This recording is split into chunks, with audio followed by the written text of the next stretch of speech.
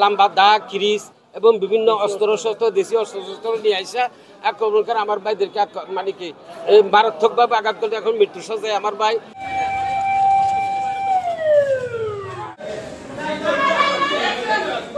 আমার চাচু জাহেদ, উনি যাকে প্রথম শুরু যাকে নিয়ে ঘটনা, জাহেদ যখন গাড়ি নিয়ে মানে কি কোথায় যাচ্ছেন, মেয়ের জন্য মিষ্টি আনতে যাচ্ছেন কোথায়, পানিচড়া থেকে জন্য গাড়ি থেকে নামিয়ে ওকে মারছে। ওরা আগে থেকে উৎপেতে ছিল, অস্ত্রশস্ত্র নিয়ে নাম্বার দা ক্রিস নিয়ে এবং কি মানে আপনার অস্ত্রসহ নিছে, অস্ত্রসহ আগে থেকে উৎপেতে ছিল যে আমার শাশু জাহেদকে মারছে। জাহেদকে মারার সাথে সাথে যখন খবর পাইছে আমার ছোট শাশু রহিম, তারপরে অবি, হ্যাঁ আবার শাহিন, ওরা তিনজন কি করছে দৌড়াই গেছে শাশুকে যখন মারছে। দৌড়াই যাওয়ার সাথে সাথে হ্যাঁ কোনো কথা নাই, কোনো কিছু না, ওরা তো কোনো কিছু মারতে যায় নাই, মানে ওরা গেছে জাস্ট কি কতটুকু মানে দেখতে গেছে, আমার চাচুকে নিয়ে আসতে গেছে। এই অবস্থায় ওরা গিয়ে আবার কি করছে, ওরা তিনজনকেও মারে দিছে। সরকারি একটা বিচারাধীন প্রক্রিয়া একটা জায়গা, কাজ জায়গা, ওটা হচ্ছে মশরপাড়ার একটা মসজিদের নামে নাকি ওরা দাবি করতেছে দীর্ঘদিন ধরে। তো ওটা হচ্ছে আমার মামা হচ্ছে আফসার ওই জায়গাটা একজন থেকে ক্রয় করে নিয়েছিল, ওনার কাগজ আছে, থানা এটা বিচারাধীন প্রক্রিয়া চলতেছে। ওটা থানা থেকে আফসারকে বৈধতা দিয়েছে নেওয়ার জন্য, কিন্তু মশরপাড়ার ওই সন্ত্রাসী বাহিনী ওই জায়গাগুলো এখানে একটা দিয়ে সাইনবোর্ড দিয়ে মসজিদের নামে দখল করা আছে। আজকে দুপুরের সময় আমার মামা জাহেদ পানি চড়ার উদ্দেশ্যে যাওয়ার সময় ওকে আটক করে মারধর করতে যাওয়ার সময় আমাদের বাইরা শুনতে পাওয়ার পর ওইখান থেকে তারপর ছাত্র দলের তারপর হচ্ছে রহিম শিকদার এবং শাহিন এবং আমার আত্মীয় স্বজন ওখানে যায়।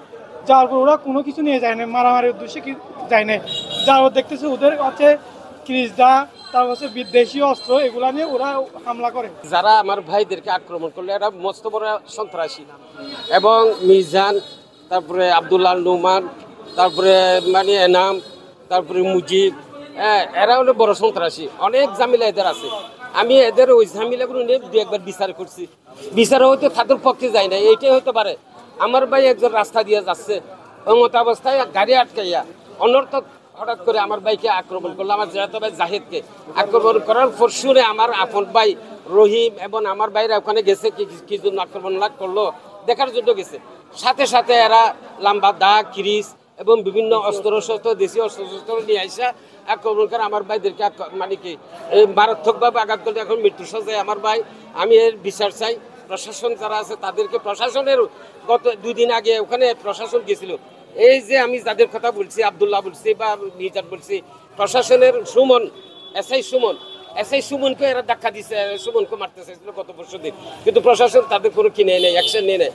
আজ বিকাল 5টা কিংবা তার একটু পরিবর্তিতে বারোয়াখালী ইউনিয়নে একটি তুচ্ছ ঘটনাকে কেন্দ্র করে পূর্ব পরিকল্পিতভাবে বারোয়াখালী ইউনিয়ন ছাত্রদলের সভাপতি সাকিব উদ্দিন অবি এবং ইউনিয়ন বিএনপির যুগ্ম সম্পাদক রহিম শিকদারের উপর অতর্কিতভাবে বর্বরোচিত হামলা, সে হামলার আমরা সদর উপজেলা ছাত্রদলের পক্ষ থেকে তীব্র নিন্দা ও প্রতিবাদ জানাচ্ছি। বিচার করার কারণে যারা আজকে আহত হয়েছে তাদের চেয়ারম্যান মহোদয়, সাবেক চেয়ারম্যান এবং আমাদের ইউনিয়ন বিএনপির সভাপতি শ্রদ্ধেয় জনাব শফিকুল ইসলাম মহোদয় সদর থানার মাধ্যমে একটা বিচার নিষ্পত্তি করে।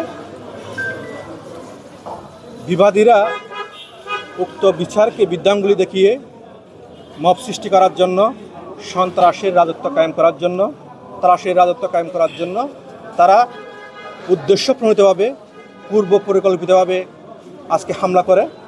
তাদের অতর্কিত হামলায় বারোয়াখালী ইউনিয়ন বিএনপির যুগ্ম সাধারণ সম্পাদক এবং বারোয়াখালী ইউনিয়ন ছাত্রদলের সভাপতি গুরুতর আহত হয়ে আজকে মৃত্যুর সাথে সংকটাপন্নভাবে জীবনযাপন করতেছে। কক্সবাজার সদর হাসপাতাল কর্তৃপক্ষ তাদেরকে উন্নত চিকিৎসা করার জন্য চট্টগ্রাম মেডিকেল কলেজ হাসপাতালে প্রেরণ করেছেন। আমরা স্পষ্ট ভাষায় বলতে চাই, প্রশাসনকে উদ্দেশ্য বলতে চাই, অপরাধীরা যতই শক্তিশালী হোক না কেন, যতই মব সৃষ্টি করুক না কেন, যত বিদেশি প্রদর্শন করেন না কেন, আপনারা অতি দ্রুত সময়ের মধ্যে তাদেরকে আওতায় এনে দৃষ্টান্তমূলক শাস্তি নিশ্চিত করুন।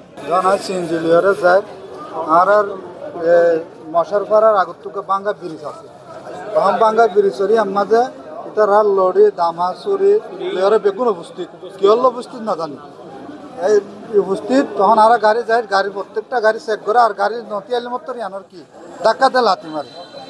ধাক্কাতে লাথি মারে তো আয় তো তারপরে টানি দিবি টানি যায় বাজার কি স্টেশনে দাঁড়া বারো আমি স্টেশনে যাই নামাজ দেওয়ার প্রশ্নিত ঘটনা